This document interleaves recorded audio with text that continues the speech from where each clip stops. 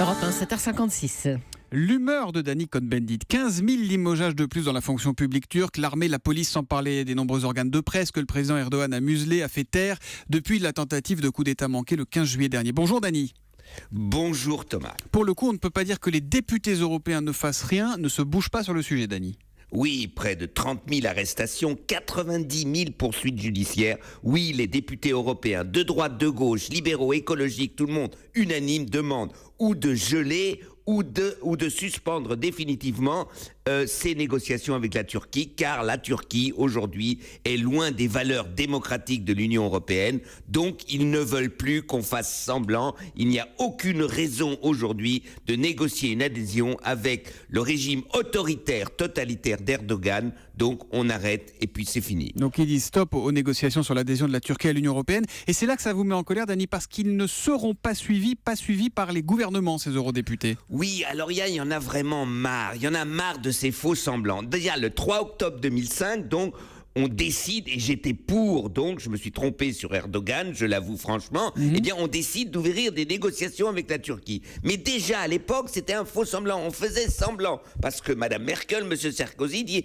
la Turquie ne fera jamais partie de l'Union européenne, il voulait un partenariat privilégié. Mais donc on négociait tout en sachant qu'on n'irait pas jusqu'au bout. Et aujourd'hui, on continue de négocier tout en sachant que de toute façon, on n'ira pas jusqu'au bout. Il faut arrêter la mascarade, il faut arrêter ce genre de choses, parce qu'aujourd'hui, en négociant avec Erdogan, on marche sur tous ceux qui sont emprisonnés, qui sont torturés, qui sont maltraités en Turquie, toute l'opposition, tous les journalistes en prison, on leur marche dessus en continuant à négocier avec Erdogan. Et en même temps, Danny, on a besoin du président Erdogan pour gérer l'afflux de réfugiés. Alors on avale des couleuvres, comme avec Poutine, comme avec Bachar el-Assad, comme avec Kadhafi, avec Ben Ali à l'époque, et peut-être demain comme avec Donald Trump. C'est la politique. Ouais, mais on n'a pas, vous savez, c'est pas vrai, parce que la Turquie a besoin des 3 milliards que l'Europe lui donne pour justement accueillir les réfugiés. Donc c'est pas la peine. Les réfugiés, on peut régler ça sans négocier une adhésion. On ne négocie pas l'adhésion de la Tunisie en ce moment. On ne négocie pas l'adhésion du Maroc. Et pourtant,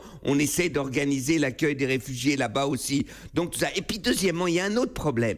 Aujourd'hui, Erdogan ne veut plus de l'Europe. Erdogan se tourne vers Poutine. D'ailleurs, c'est très drôle. Tous les petits copains de Poutine en France qui existent, eh bien, qui sont mes adversaires acharnés de l'intégration de la Turquie dans l'Union européenne, eh bien, ces mêmes-là se retrouvent, les amis de mes amis sont mes amis, avec M. Erdogan et M. Poutine dans le même camp. Eh bien, ça, à droite comme à gauche, je ne sais pas, tous ceux qui misent sur Poutine pour la paix, eh bien, ils misent aussi sur Erdogan. L'histoire, des fois, est très, très drôle et très hypocrite. L'humeur de Danny tous les matins à 8h moins 10 sur Europe 1. À demain, Danny. À demain, Thomas. Ciao, ciao.